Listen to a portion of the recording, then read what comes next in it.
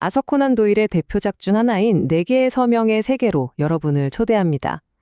이 책은 우리가 잘 아는 명탐정 셜록 홈스와 그의 친구 왓슨 박사가 뛰어든 사건 중에서도 정말 손에 꼽힐 만큼 기이하고 복잡한 미스테리인데요.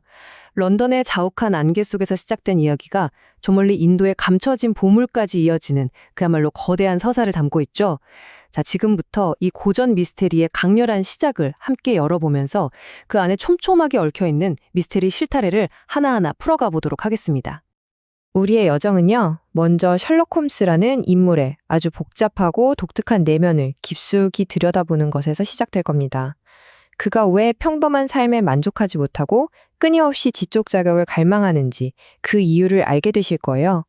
그리고 곧 이어 그의 놀라운 추리법이 어떻게 작동하는지 바로 눈앞에서 목격하게 되죠. 그런 다음 메리 모스턴이라는 한 의뢰인이 가져온 10년 동안이나 이어진 기이한 사건 속으로 본격적으로 뛰어들게 됩니다. 마침내 우리는 런던의 짙은 안개를 뚫고 이 모든 미스터리가 정점으로 치닫는 충격적인 비극의 현장에 도착하게 될 겁니다. 자, 이 이야기의 첫 장면은요, 보통의 추리소설처럼 어떤 으스스한 범죄 현장에서 시작하지 않습니다.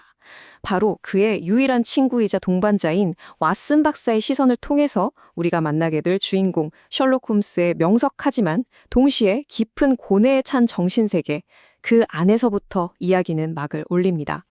한번 상상해보세요. 베이커가 221번지, 셜록 홈스가 안락 의자에 깊숙이 몸을 파묻은 채 아주 익숙한 손놀림으로 피하 주사기를 준비하고 있습니다.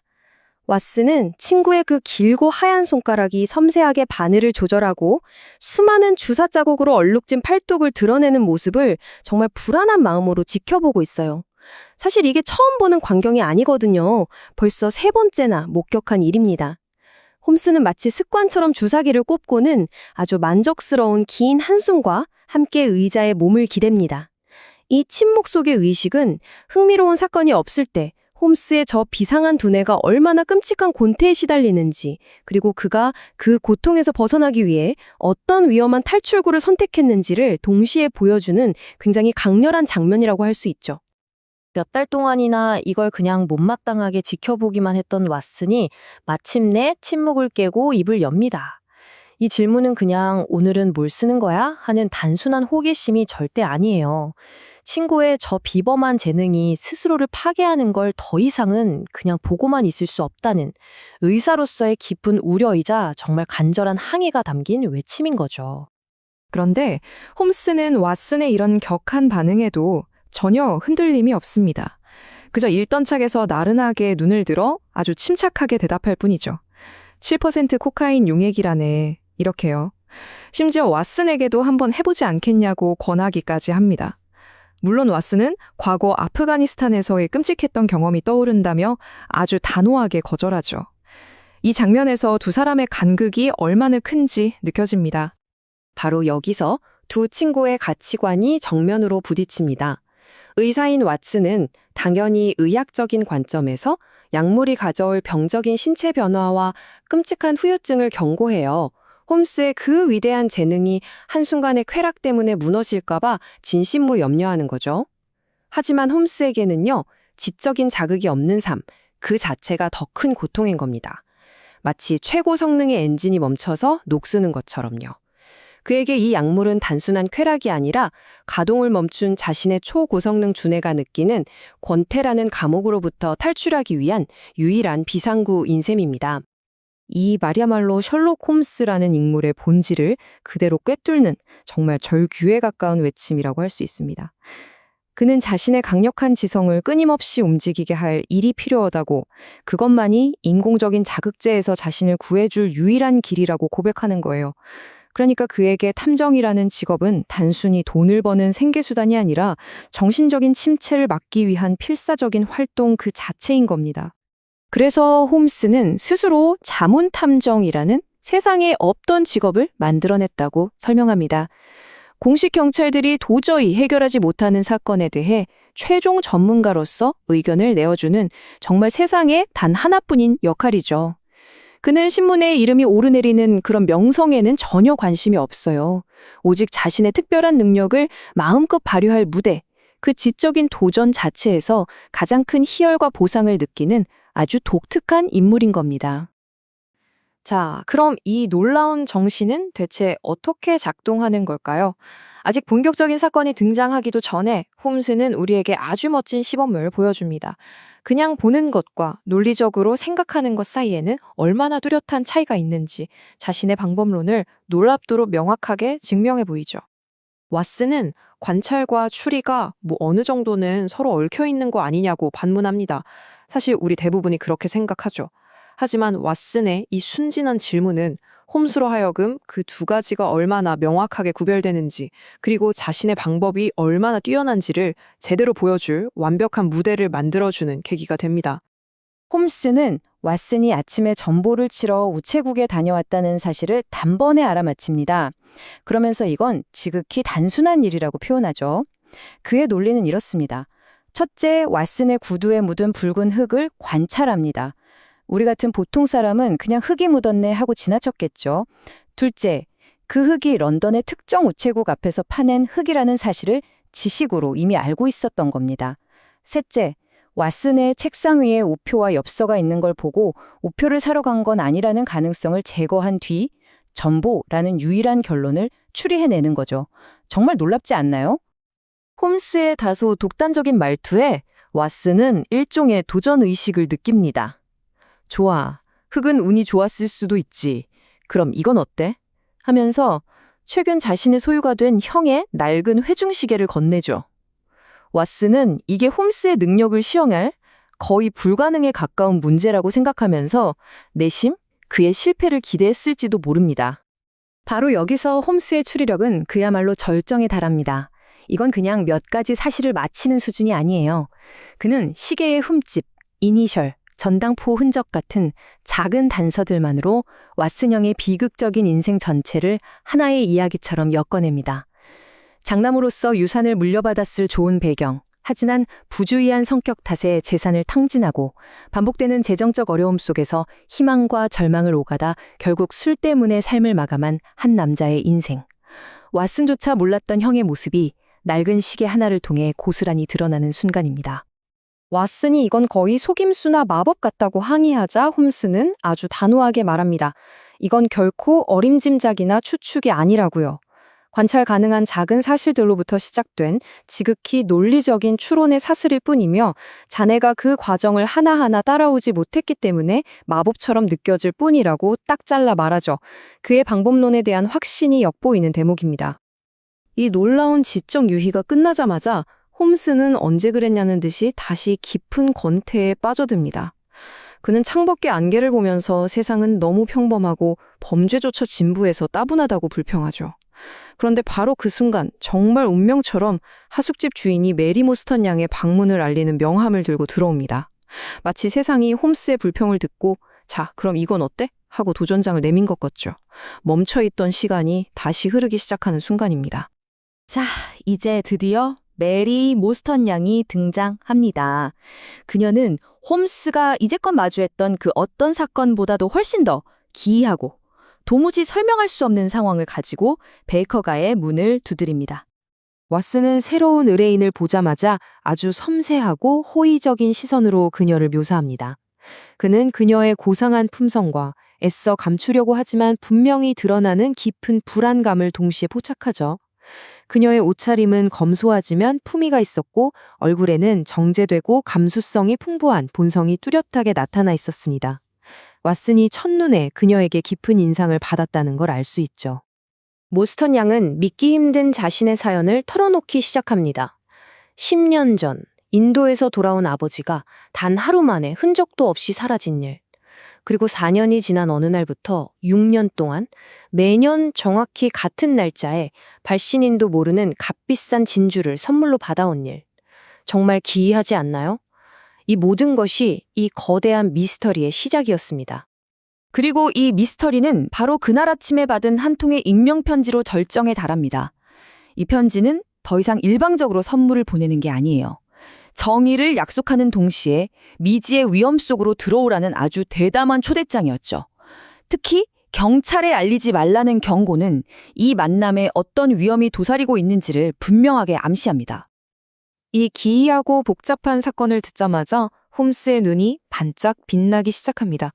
조금 전까지 지루한에 몸부림치던 그 사람은 온데간데 없고 다시 생기 넘치는 탐정의 모습으로 돌아왔죠. 그는 즉시 자신과 왓슨 박사를 무스턴 양의 보호자로 자처하면서 그날 저녁의 위험한 약속에 함께 가기로 합니다. 왓슨 역시 이 역할에 아주 큰 자부심과 약간의 설렘을 느끼죠. 저녁 약속 시간까지 넋놓고 기다릴 홈스가 아니죠. 그는 곧바로 조사에 착수해서 그동안 그저 흩어져 있던 사건의 실마리들을 하나로 꿰는 결정적인 첫 번째 발견을 해냅니다. 홈스는 낡은 신문 파일들을 뒤지는 아주 간단한 조사를 통해 퍼즐의 첫 조각을 맞출 결정적인 날짜를 찾아냅니다. 바로 슐토 소령의 사망일인데요. 이 날짜는 모스턴 양이 첫 번째 진주를 받기 불과 며칠 전이었습니다. 우연일까요? 홈스는 그렇게 생각하지 않죠. 자, 보세요. 홈스는 여기서 두 사건의 시간을 겹쳐보면서 결정적인 연결고리를 찾아냅니다. 슐토 소령의 죽음과 첫 번째 진주가 도착한 시점이 거의 일치한다는 사실.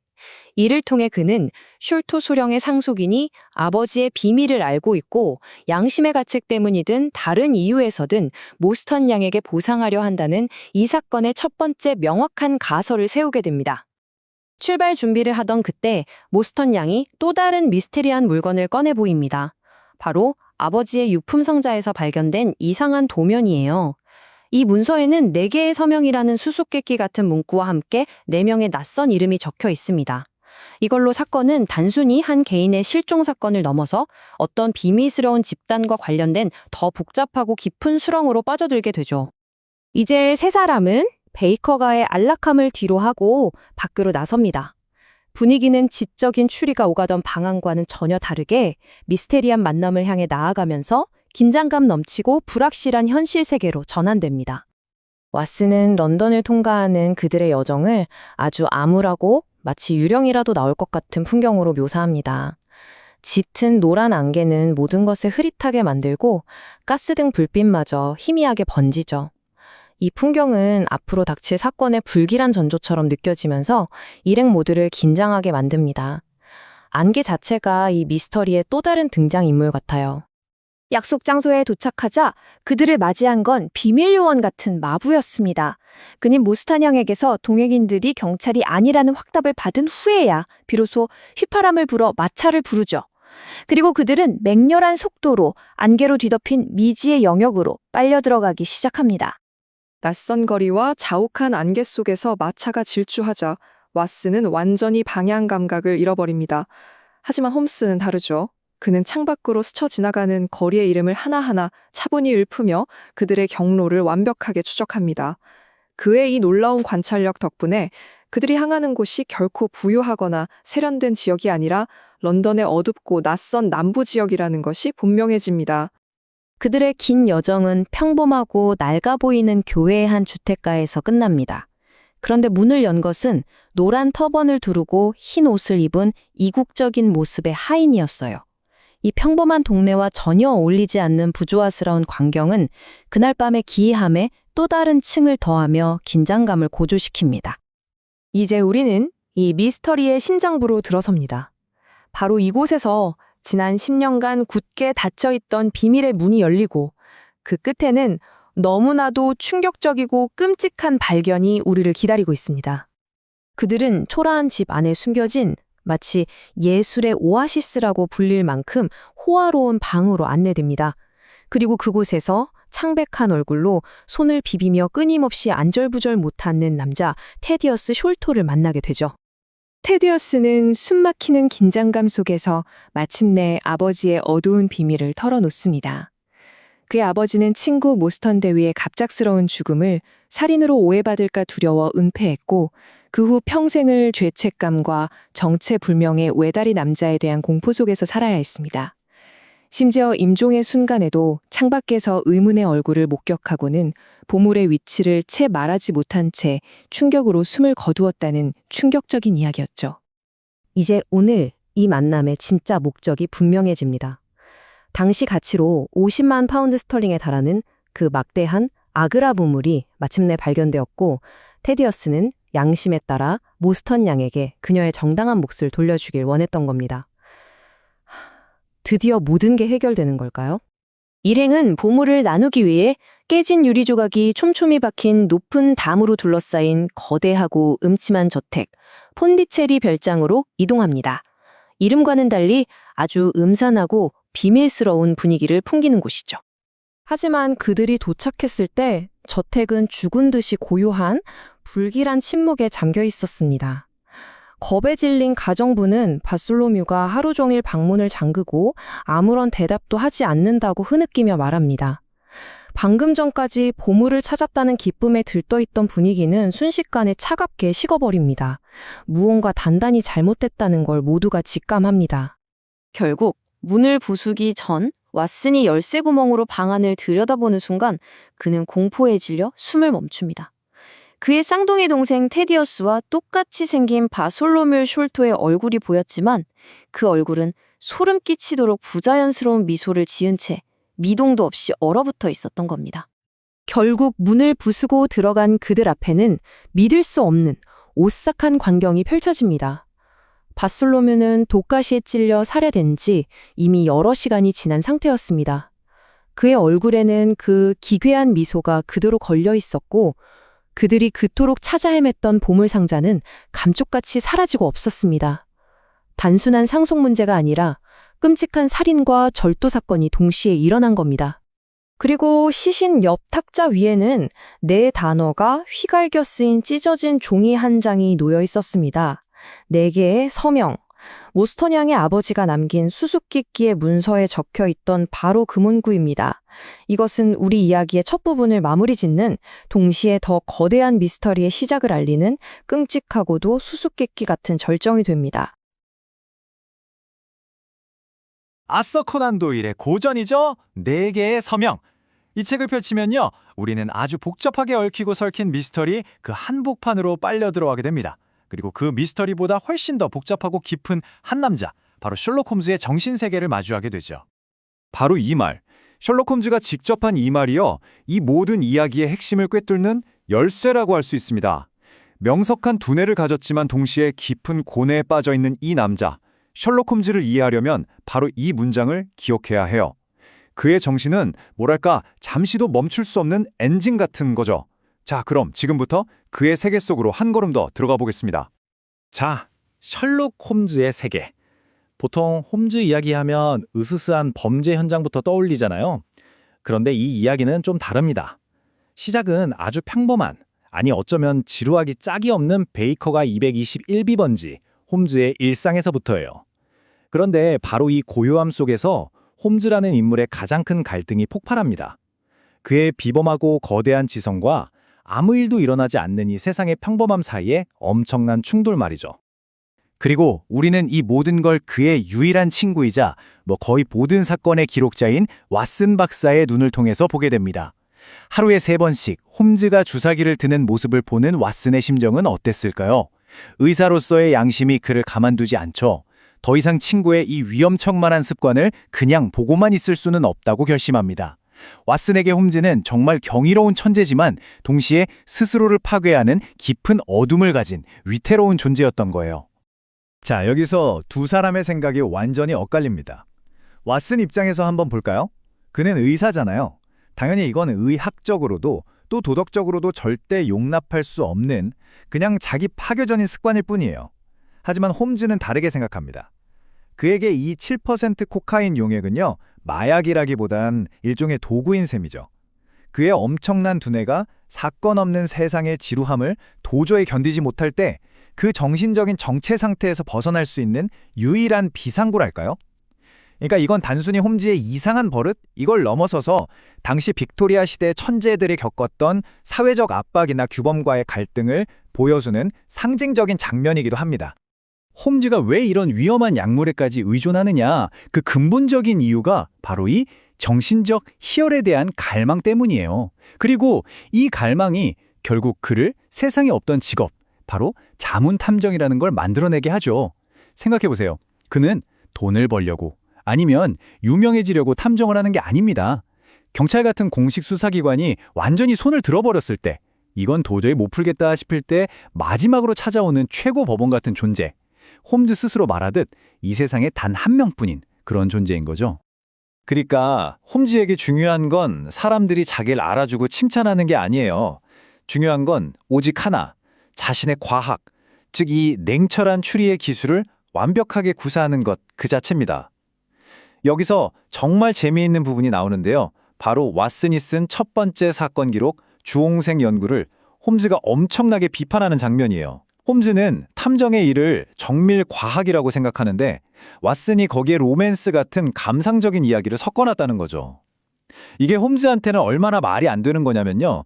비유하자면 수학의 가장 중요한 공식을 증명하는데 갑자기 애절한 사랑 이야기를 끼워 넣는 거랑 똑같다고 보는 거예요. 아주 신랄하게 비판하죠. 자, 이렇게 자신의 일에 대한 철학을 아주 명확하게 설명한 홈즈. 이제 말로만 하는 게 아니라 직접 보여줄 차례입니다. 지금부터 홈즈가 펼칠 시연은요, 마치 거장의 마스터 클래스 같아요. 자신의 추리법이 그냥 운 좋게 때려 맞추는 게 아니라 얼마나 철저하고 논리적인 과학인지를 우리 눈앞에서 똑똑히 증명해 보일 겁니다. 바로 이 장면이 홈즈의 방법론, 관찰과 추리가 어떻게 다른지를 정말 명확하게 보여주는 예시입니다. 자, 관찰은 뭐냐? 그냥 보는 거예요. 왓슨의 구두에 붉은 흙이 묻어있다는 사실을 눈으로 확인하는 것. 여기까지가 관찰이죠. 하지만 추리는 여기서부터 시작됩니다. 관찰한 사실을 가지고 논리적인 사슬을 엮어나가는 거죠. 왓슨이 우체국에 갔구나. 그럼 뭘 했을까? 편지를 썼나? 아니지. 아침 내내 내 눈앞에 있었는데 편지 쓸 시간은 없었어. 그럼 우표나 엽서를 샀나? 그것도 아니야. 책상 서랍에 그대로 있는 걸 내가 봤거든. 이렇게 하나씩 가능성을 쥐어나가는 겁니다. 그럼 마지막에 뭐가 남죠? 바로 전보를 보냈다는 사실. 이것이 바로 홈즈의 유명한 원칙. 불가능한 것들을 모두 제외하고 나면 남는 것이 아무리 믿기 어려워도 진실일 수밖에 없다는 그 원칙이 실제로 적용되는 순간입니다. 왓슨도 보통 내기는 아니죠. 방금 홈즈의 시연을 보고도 에이, 그건 우연일 수도 있지 라고 생각했는지 이번엔 훨씬 더 어려운 시험 문제를 냅니다. 그야말로 홈즈의 이론을 극한까지 밀어붙이는 아주 공정한 테스트를 제안하는 거죠. 과제는 이겁니다. 낡은 회중시계 하나, 이걸 보고 이 시계의 원래 주인이었던 자기 형이 어떤 사람이었는지 전부 알아맞혀보라는 거예요. 정말 불가능해 보이지 않나요? 홈즈는 이런 도전을 기다렸다는 듯이 망설임 없이 시계를 받아들고 분석을 시작합니다. 그런데 시작부터 조건이 썩 좋지는 않아요. 시계가 최근에 아주 깨끗하게 닦여 있었거든요. 이건 뭐랄까, 증거를 일부러 지운 것과 마찬가지인 상황이죠. 하지만 홈즈는 개의치 않습니다. 그는 시계 뒷면에 새겨진 이니셜 HW와 시계의 연식, 이 가장 기본적인 정보들로부터 차근차근 마치 엉킨 실타래를 풀듯 논리를 전개하기 시작합니다. 자, 그럼 홈즈가 이 낡은 시계에서 대체 뭘 봤는지 한번 자세히 들여다볼까요? 그냥 보기에는 오래돼서 생긴 흠집들 뿐인 것 같지만 홈즈의 눈에는 이게 다 단서로 보입니다. 케이스 아랫부분에 자잘하게 나 있는 수많은 흠집과 긁힌 자국들, 케이스 안쪽에 아주 작게 핀으로 긁어놓은 듯한 숫자들, 그리고 태엽을 감는 구멍 주위에 빽빽하게 나 있는 긁힌 자국까지. 이 하나하나가 그냥 생긴 게 아니에요. 여기에는 한 사람의 습관, 그의 경제사정, 그리고 결국 그의 인생 전체를 아우르는 비극적인 이야기가 암호처럼 새겨져 있었던 겁니다. 바로 이 지점에서 홈즈의 추리가 빛을 발합니다. 그는 어떻게 이 단서들을 가지고 한 사람의 인생을 재구성했을까요? 한번 따라가 보죠. 첫째, 시계 케이스의 수많은 흠집, 50긴이나 하는 비싼 시계를 동전이나 열쇠랑 같이 주머니에 마구 넣고 다녔다는 뜻이죠. 이건 뭘 의미할까요? 바로 단정치 못하고 부주의한 습관을 가졌다는 증거입니다. 둘째, 케이스 안쪽의 작은 숫자들. 이건 전당포에서 표시해 놓은 표식이에요. 돈이 급해서 시계를 맡겼다가 또 돈이 생기면 찾아왔다는 걸 보여주죠. 즉, 가난했지만 가끔은 형편이 나아지기도 하는 불안정한 삶을 살았다는 뜻입니다. 그리고 마지막 결정적인 단서, 태엽 구멍 주변의 흠집들. 이건 매일 밤 시계 태엽을 감을 때 손이 떨려서 열쇠가 자꾸 미끄러졌다는 흔적이에요. 술에 취하지 않고서야 이렇게 많은 흠집이 생길 수가 없죠. 결국 이 단서들을 종합하면 왓슨의 형이 술 때문에 인생이 망가졌고 그것이 죽음으로까지 이어졌다는 비극적인 결론에 이르게 되는 겁니다. 이 말을 들은 왓슨은 정말 충격에 빠집니다. 이건 거의 마술이나 다름없다고 생각하죠. 그래서 홈즈한테 당신 혹시 우리 가족에 대해 미리 뒷조사한 거 아니냐고 따지기까지 합니다. 하지만 홈즈는 아주 단호하게 대답하죠. 나는 절대 추측 따윈 하지 않아. 이 한마디가 바로 홈즈의 모든 것을 말해줍니다. 그에게 이건 마법이 아니라 철저한 논리의 결과물이라는 거예요. 홈즈 세계에는 사실 미스터리라는 게 없는지도 모릅니다. 단지 눈앞에 있는 사실을 제대로 관찰하지 못하고 그 의미를 읽어내지 못하는 실패만 있을 뿐인 거죠. 자, 이렇게 자신의 능력을 멋지게 증명하고 난 홈즈. 하지만 풀 문제가 사라지자 또다시 지루함에 빠져듭니다. 세상이 너무나 절망적으로 평범하다고 한탄하는 바로 그 순간, 정말 영화처럼 문을 두드리는 소리가 들려옵니다. 마치 그의 기도가 하늘에 닿기라도 한 것처럼요. 그가 그토록 애타게 기다리던 것, 그의 두뇌를 자극할 새로운 사건이 드디어 도착한 겁니다. 자, 이제부터가 진짜 이야기의 시작이죠. 문을 열고 들어온 방문객은 바로 메리 모스턴이라는 젊은 여성이었습니다. 이 장면은 철저하게 왓슨의 시점에서 묘사되는데요. 왓슨은 그녀를 보자마자 첫눈에 반해버립니다. 옷차림은 소박해서 형편이 넉넉지 않다는 걸 알 수 있지만 그 모습이 아주 단정하고 품위가 있었죠. 왓슨은 이성적인 분석은커녕 그녀의 부드러운 표정과 크고 파란 눈에 완전히 마음을 빼앗겨버려요. 그런데 바로 여기서 두 남자의 반응이 정말 재미있을 정도로 다릅니다. 왓슨이 와, 정말 매력적인 여성이다 라고 생각하는 동안 홈즈는 어땠을까요? 그는 메리 모스턴의 외모는 아예 보지도 않은 것 같아요. 왓슨이 매력적이지 않냐고 묻자 그런가? 난 못 봤는데? 라고 대답하죠. 홈즈에게 그녀는 그저 하나의 단위, 즉 사건이라는 문제에 포함된 변수일 뿐입니다. 이게 바로 홈즈의 철학을 다시 한번 보여주는 장면이에요. 감정이 섞이는 순간 명확한 추리는 불가능해진다. 그렇기 때문에 모든 감정은 철저히 배제해야 한다. 이것이 그의 원칙인 거죠. 자, 이제 홈즈의 사무실에 앉은 메리 모스턴 양이 드디어 입을 엽니다.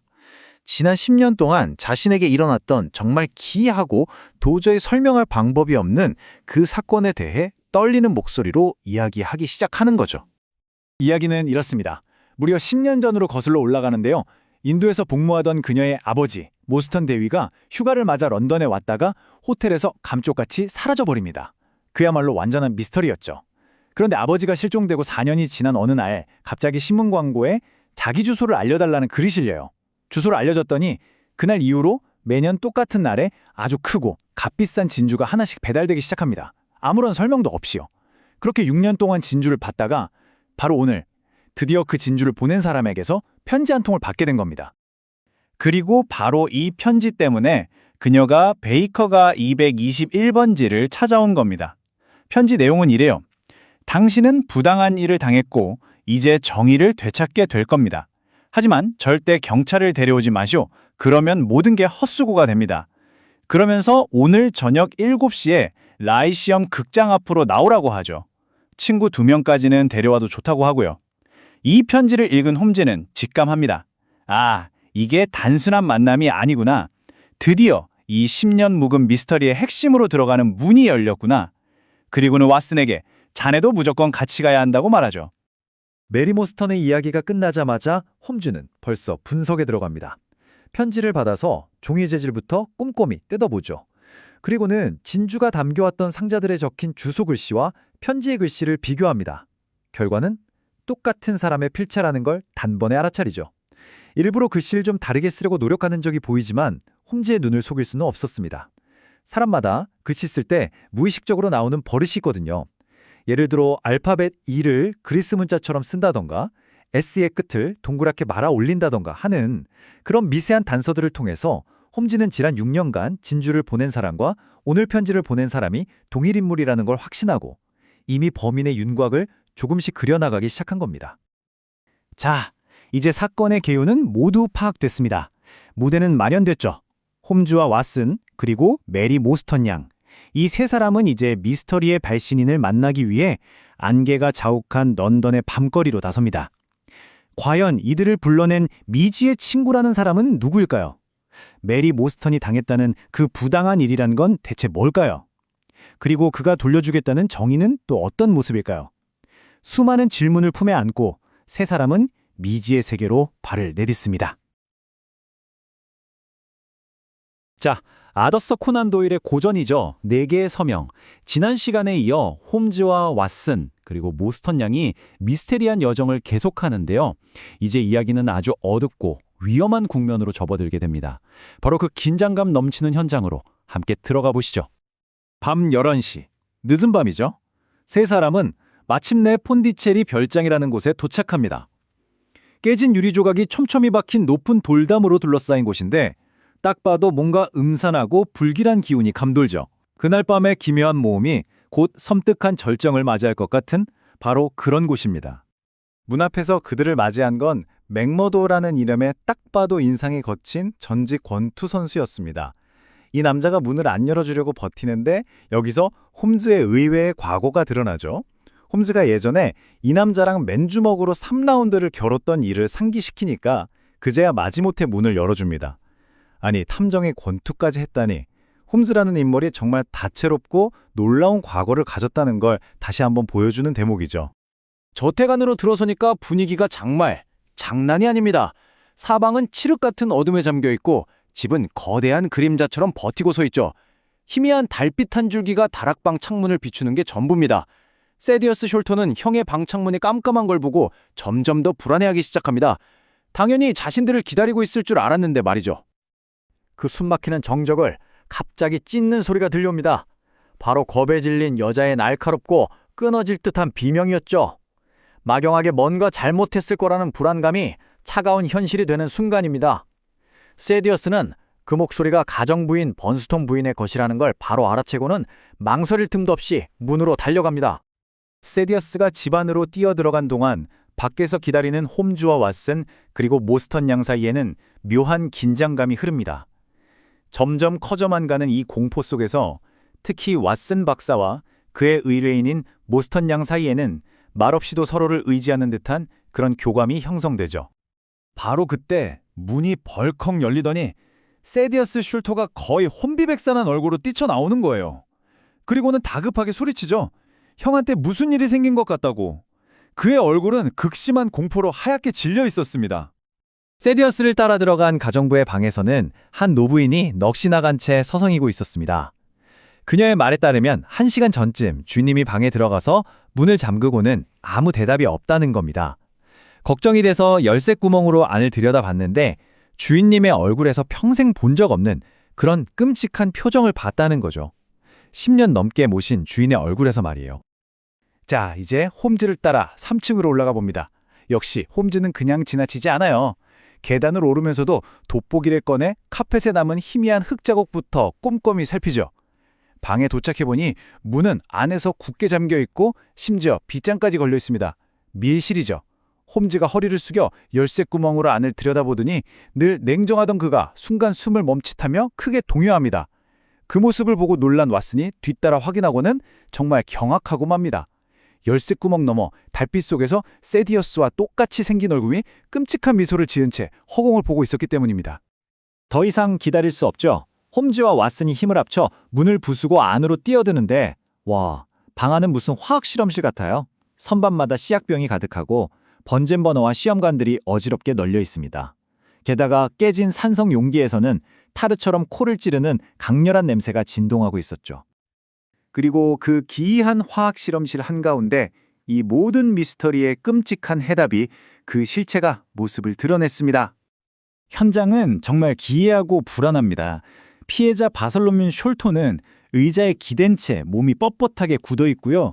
얼굴에는 그 소름 끼치는 부자연스러운 미소가 그대로 걸려 있습니다. 그리고 결정적인 단서, 그의 귀 바로 위 피부에는 길고 검은 가시 하나가 깊숙이 박혀 있었죠. 테이블 위에는 찢어진 종이 조각이, 그 옆에는 이상하게 생긴 볼머리 막대기가 놓여 있었습니다. 그 종이에 휘갈겨 쓴 메시지는 바로 4개의 서명이었습니다. 모스턴 대위의 지도에서 봤던 것과 똑같은 글씨였죠.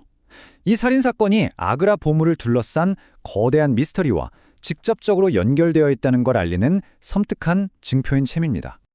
형의 죽음을 본 공포도 잠시 세디어스는 새로운 공황에 빠집니다. 그가 천장의 구멍을 가리키며 절규하죠. 보물이 사라졌어요. 바로 전날 밤 그가 직접 형을 도와 비밀 다락방에서 내렸던 그 보물 상자가 감쪽같이 사라진 겁니다. 이로써 그는 바솔로뮤를 마지막으로 본 사람이자 형을 죽이고 보물을 훔쳤다는 누명을 쓸 수밖에 없는 최악의 상황에 놓이게 된 거죠.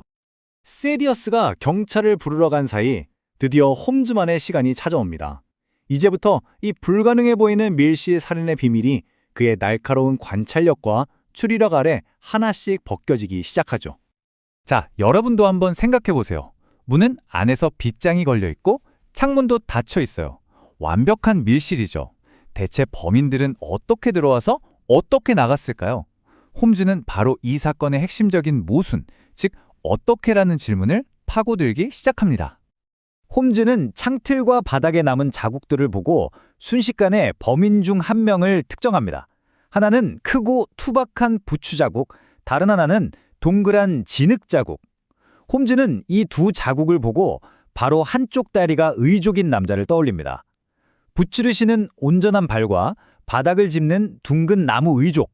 이 조합은 숄토 소령이 그토록 두려워했던 바로 그 외다리 남자를 가리키고 있었죠.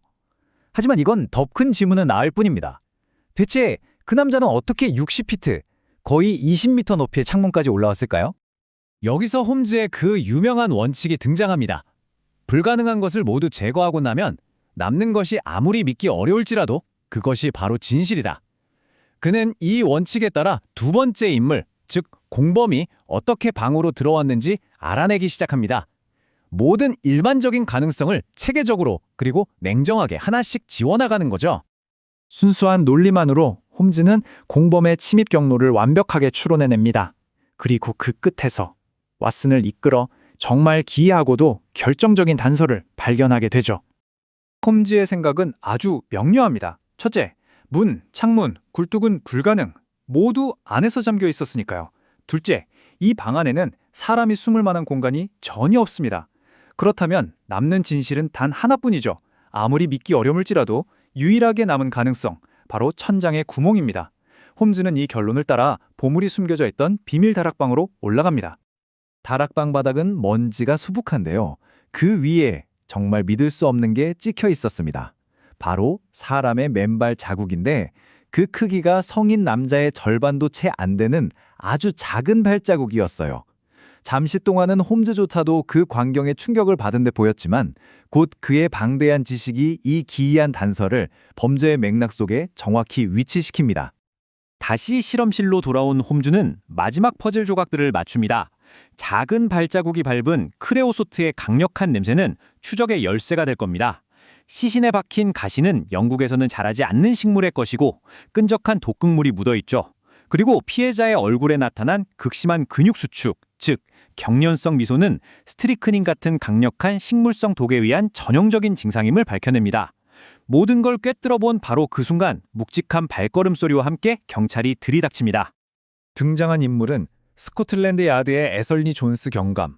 뚱뚱하고 붉은 얼굴에 자신감만 넘치고 좀 고지식해 보이는 그런 인물입니다. 그는 이 냉엄한 사실들에 자신만의 섣부른 이론을 덮어씌울 준비가 되어 있었죠. 두 사람의 수사 방식은 정말 극과 극입니다.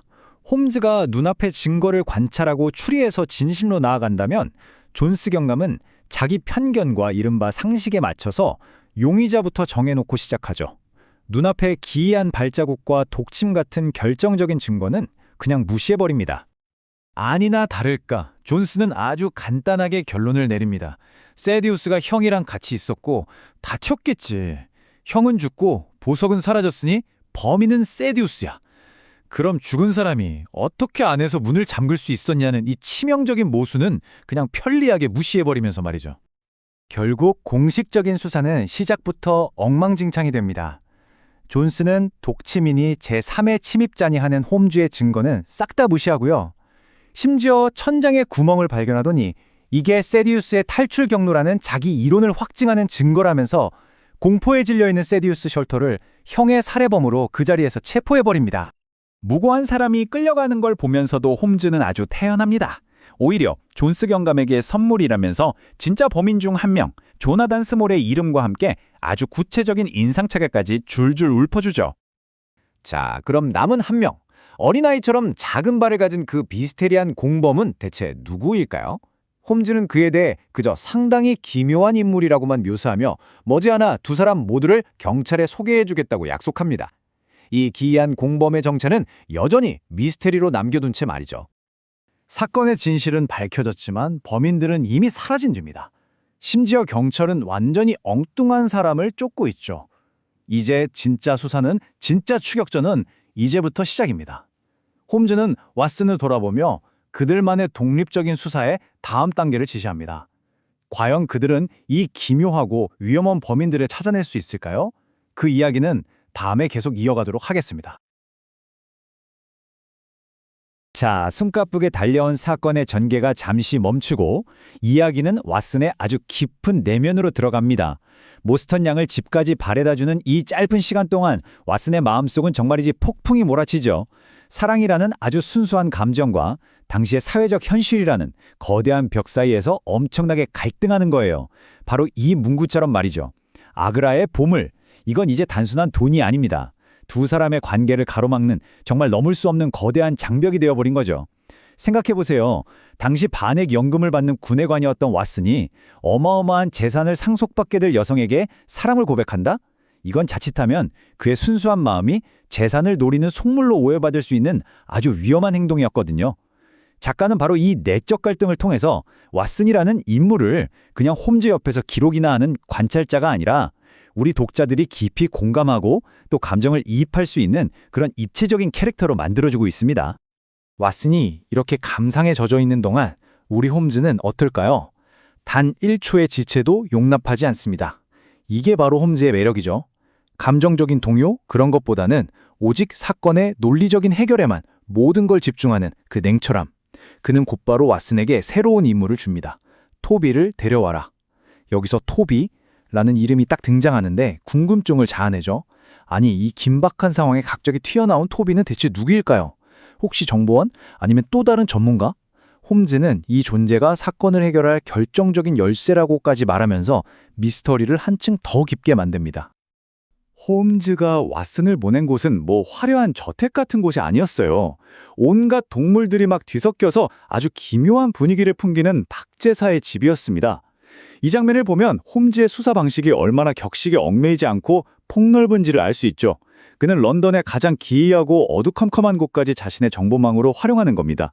그리고 그가 결정적인 열쇠라고 불렀던 토비의 정체는 보시다시피 정말 못생기고 귀가 축 처진 잡종견입니다.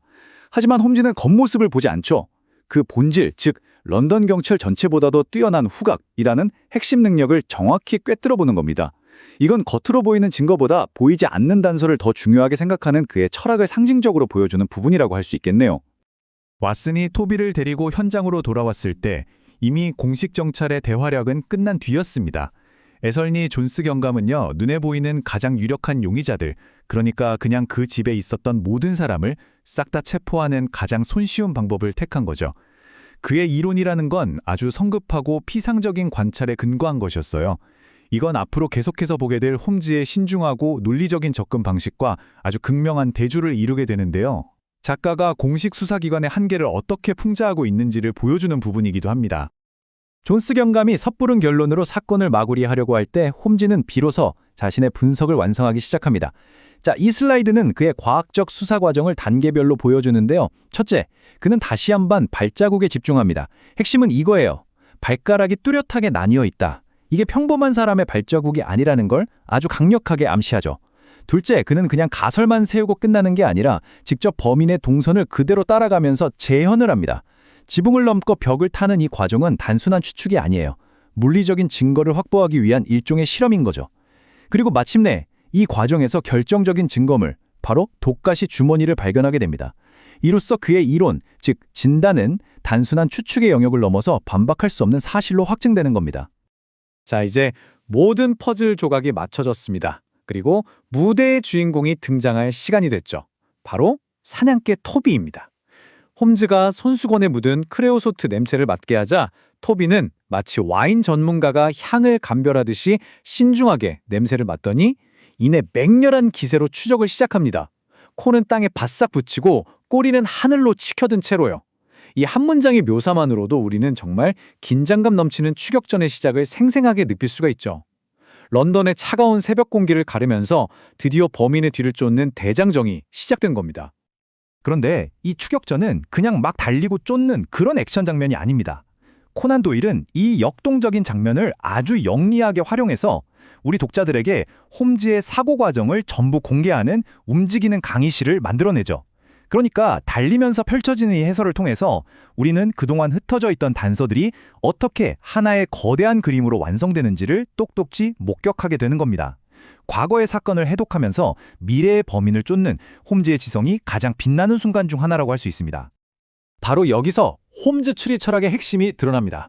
그 원칙은 바로 모든 사실을 남김없이 설명할 수 있는 유일한 가설이 바로 진실이다라는 거죠.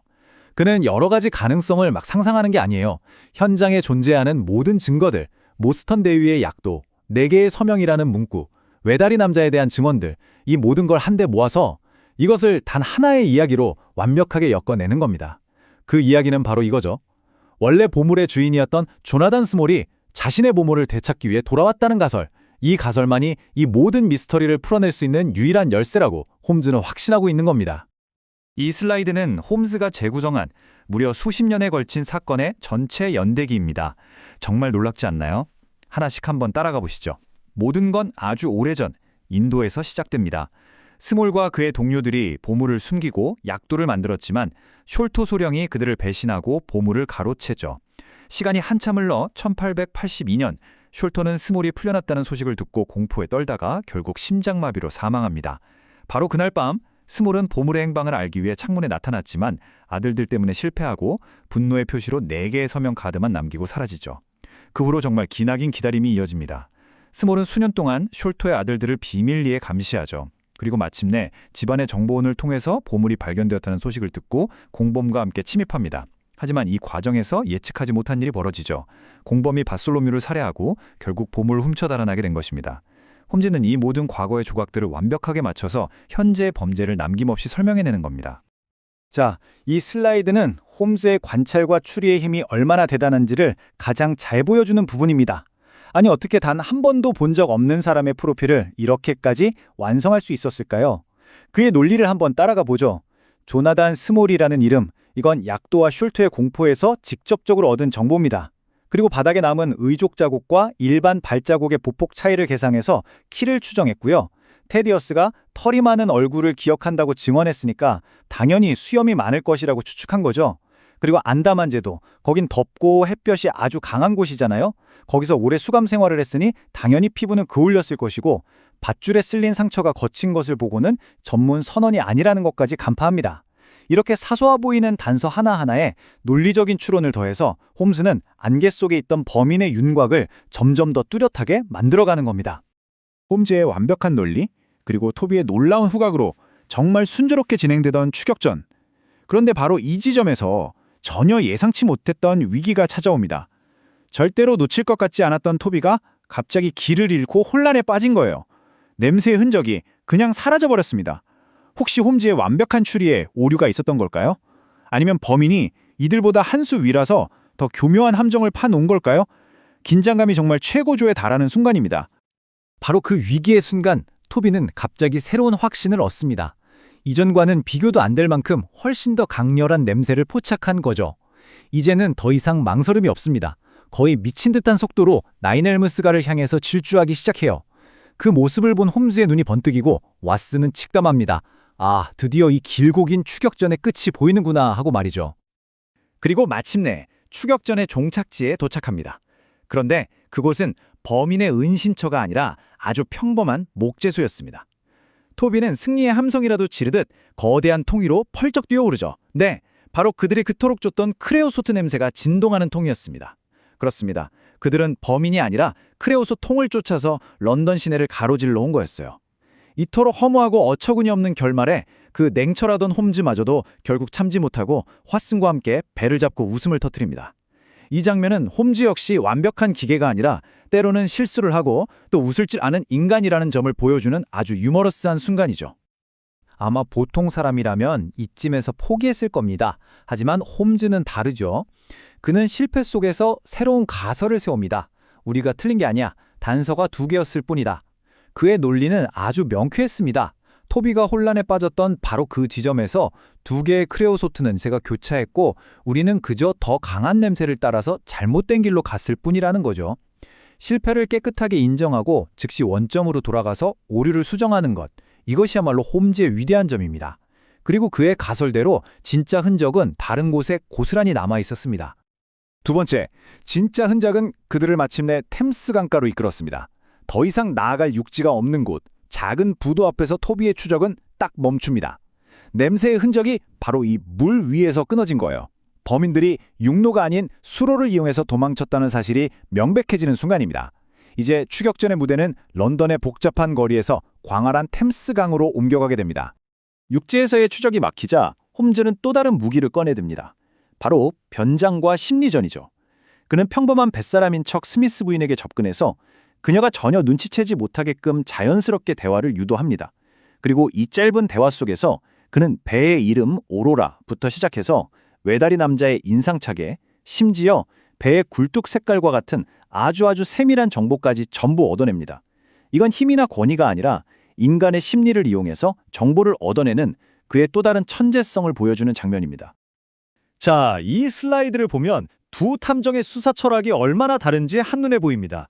왼쪽의 존스 경감은 성급하게 결론을 내리고 이걸 또 언론의 자랑까지 하죠. 이건 범인들에게 우리가 지금 엉뚱한 사람들을 쫓고 있으니 안심해라 하고 스스로 잘못된 정보를 흘리는 꼴입니다. 반면에 오른쪽의 홈즈는 이 상황을 오히려 역이용합니다. 존스가 만들어준 이 연막 뒤에 숨어서 조용하고 은밀하게 진짜 범인을 쫓을 시간을 버는 거죠. 범인들이 신문을 보고 안심하고 있을 바로 그 순간 홈즈는 가장 정확한 정보로 그들의 목을 서서히 조여오는 정말 고도의 전략을 구사하고 있는 겁니다. 이제 배의 이름과 특징까지 전부 파악했습니다. 그럼 공식 경찰에 알려서 강 전체를 수색하면 되지 않을까요? 하지만 홈즈는 다른 길을 택합니다. 그는 공식적인 방법 대신에 오직 자기 자신만이 부릴 수 있는 특별한 정보부대, 바로 베이커가 탐정경찰대를 소집하기로 결정합니다. 런던의 그 누구도 상상하지 못할 그의 가장 비밀스러운 무기를 꺼내들 준비를 하는 것입니다. 홈즈가 정보를 보내자마자 정말 요란한 초인종 소리와 함께 집주인 허드슨 부인의 경악에 찬 비명이 들려옵니다. 런던의 거리 곳곳을 제 집처럼 누비는 아이들, 홈즈가 더러운 꼬마 부관들이라고 부르는 바로 그 베이커가 불황 아들이 도착한 겁니다. 공식 경찰도 심지어 홈즈 자신도 할 수 없는 일을 해낼 이 작은 탐정들의 손에 이제 사건의 마지막 열쇠가 쥐어졌습니다. 과연 이 아이들은 드넓은 템스강에 숨어버린 오로라호를 찾아낼 수 있을까요? 자, 이제 정말 숨막히는 수사의 마지막 단계로 들어섭니다.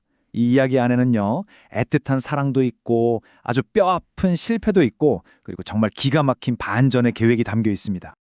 이야기는 그 끔찍했던 밤이 지나고 왓슨 박사가 메리 모스턴 양을 집으로 바래다주는 아주 개인적인 장면에서 다시 시작돼요. 그 모든 혼란 속에서도 다른 사람들을 먼저 챙기면서 천사처럼 강인해 보였던 메리였잖아요. 그런데 단둘이 마차에 남게 되자 그만 긴장이 탁 풀리면서 아이처럼 흐느끼기 시작하는 겁니다. 왓슨은 그 연약한 모습을 보면서 마음이 정말 찢어질 듯이 아팠을 거예요. 그리고 바로 여기서 왓슨은 정말 잔인한 딜레마에 빠지게 됩니다. 한번 생각해 보세요. 친구로서 당연히 그녀가 잃어버린 막대한 보물을 되찾아줘야 하잖아요. 그게 의무죠. 그런데 정말 만약에 그 보물을 찾게 되면 어떻게 될까요? 그녀면 하루아침에 어마어마한 부자가 되는 거고 반액 연금으로 근근히 살아가는 자신 같은 구내관은 감히 쳐다볼 수도 없는 존재가 되어버리는 거죠. 사랑하는 여자를 돕는 일이 역설적으로 그 여자를 영원히 잃게 되는 길이 될 수도 있다는 거, 정말 가슴 아픈 상황 아닙니까? 사랑과 의무 사이에서 왓슨의 마음이 무거운 납덩이처럼 가라앉았다는 표현이 정말 와닿는 부분입니다. 그렇게 복잡한 마음을 뒤로 하고 왓슨은 다시 현실로 돌아옵니다.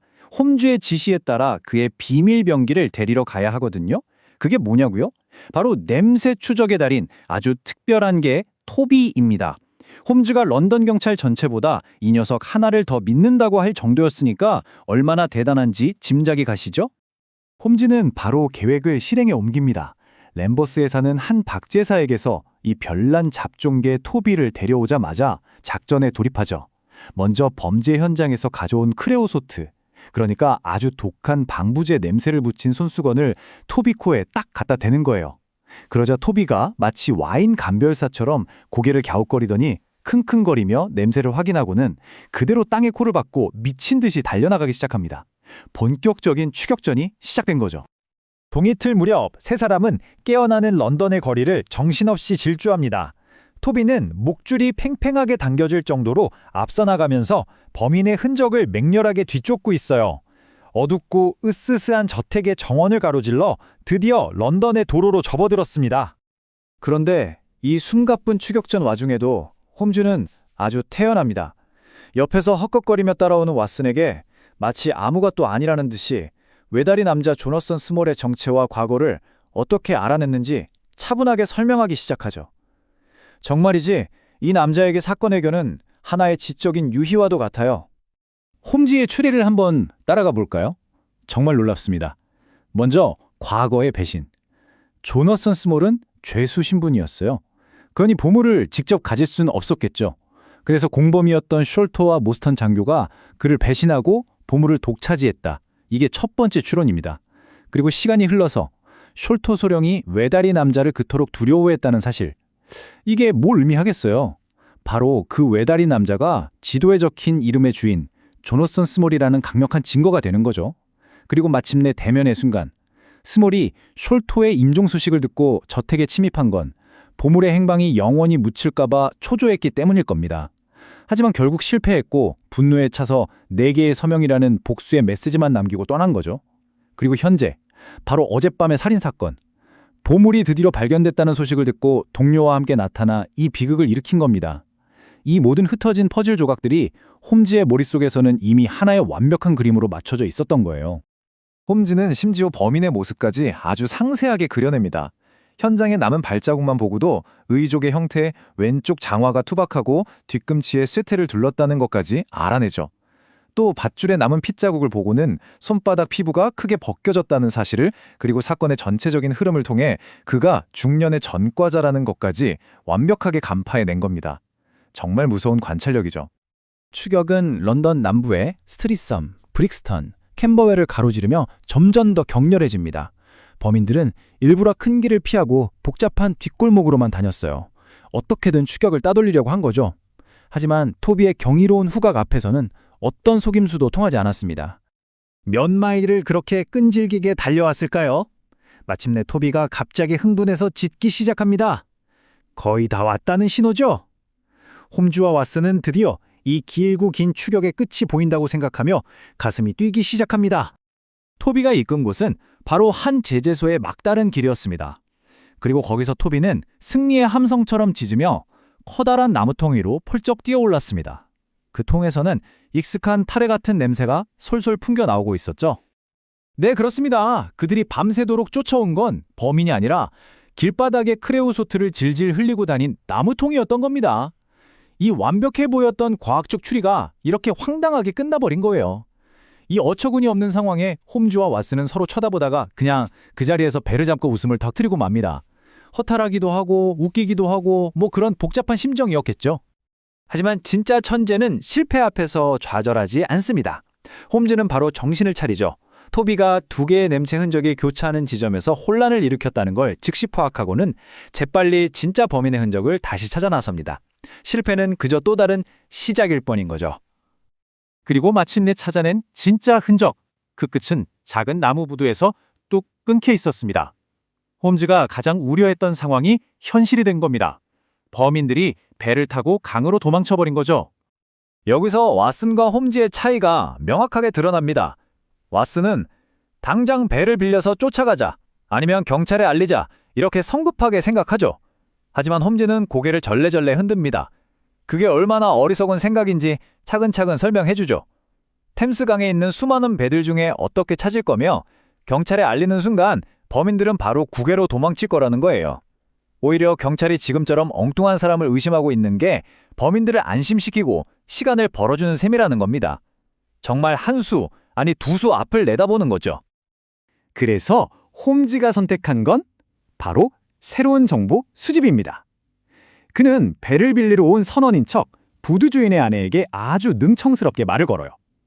그리고는 마치 별 관심 없는 척하면서 오로라라는 배 이름, 검은 선체에 빨간 줄무늬라는 인상착에, 그리고 결정적으로 흉측한 얼굴의 외다리 남자가 새벽에 그 배를 타고 떠났다는 핵심 정보를 전부 빼냅니다. 정말 대단한 정보 수집 능력이죠. 자, 이렇게 결정적인 정보를 손에 넣은 홈즈. 그의 전략은 이제 완전히 새로운 국면으로 접어듭니다. 그리고 그 모든 계획의 시작은 베이커가로 돌아와서 보낸 단 한 통의 전부였습니다. 다음 날 아침, 홈즈와 왓슨은 신문을 보며 킬킬거립니다. 왜냐하면 애설리 존스 경감이 이끄는 경찰이 완전히 헛다리를 짚고 있다는 기사가 대문짝만하게 실렸거든요. 존스는 엉뚱하게도 테디어스 숄토와 집안 하인들을 전부 체포하고는 자신이 대단한 공을 세웠다고 신문에 자랑하고 있었던 거죠. 바로 그때 홈즈가 어제 보낸 정보의 수신인을 밝힙니다. 바로 홈즈의 비밀병기, 스코틀랜드 야드 전체보다 더 유능하다고 자부하는 정보조직 베이커 거리 특공대입니다. 이들이 누구냐면요, 바로 런던 거리를 제 집처럼 누비고 다니는 길거리 아이들이에요. 어디든 갈 수 있고 모든 걸 보고 모든 걸 엿들을 수 있는 최고의 정보원들이죠. 이제 상황이 아주 흥미진진해졌습니다. 공식 경찰은 엉뚱한 사람을 잡아놓고 축배를 들고 있고 진짜 범인들은 강 위에서 유유자적하며 자신들이 안전하다고 믿고 있겠죠. 바로 그 순간 홈즈가 풀어놓은 이 작은 첩보원들이 런던 구석구석을 파고들기 시작합니다. 과연 이 얼굴 더러운 아이들이 스코틀랜드 야드도 놓친 오로라호를 찾아낼 수 있을까요? 이제 사건의 운명은 이 아이들의 손에 달리게 됐습니다. 이야기는 이제 누구도 예측할 수 없는 방향으로 흘러갑니다.